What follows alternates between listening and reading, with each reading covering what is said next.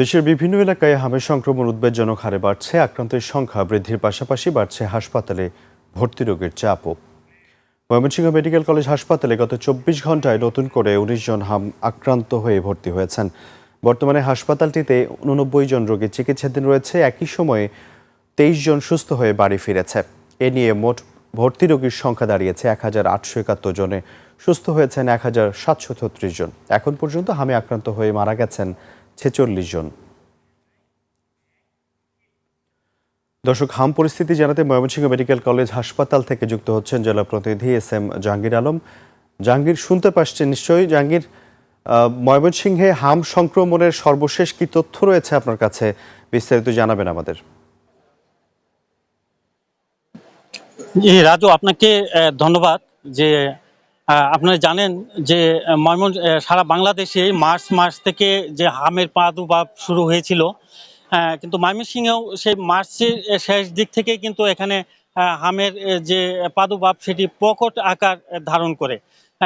তো এই মার্চ থেকে আজকে এই ৩ মাসে এখানে প্রায় প্রায় ২,০০০-এর মতো লোক আক্রান্ত হয়েছে। তার মধ্যে অধিকাংশই কিন্তু শিশু রয়েছেন এবং এখানে এই হামের এই মারাত্মক ছোঁয়াছুঁয়ে এই রোগে ব্যাপক আকার ধারণ করায় ময়মনসিংহ মেডিকেল কলেজে একটি আইসোলেশন কেন্দ্র ব্যবস্থা করা হয়েছে এবং এখানে পরে যে চিকিৎসকরা আছে বিশেষ ব্যবস্থা নেওয়া হয়েছে হামের জন্য ইয়া করে। কিন্তু এখানে তারপরেও কিন্তু যে মৃত্যুর যে মিছিলটা সেটি কিন্তু দিনের পর দিন বাড়তেই থেকেছে। তো আমরা আজকে যদি দেখি এখানে ভর্তি আছেন আজকে পর্যন্ত ৮৯ জন।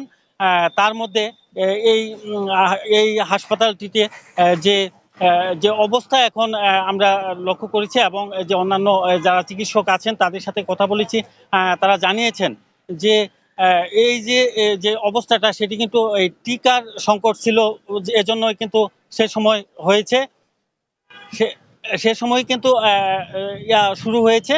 তো এখন যে এই টিকা কার্যক্রম কিন্তু ময়মনসিংহের প্রত্যন্ত অঞ্চলেই শুরু হয়েছে।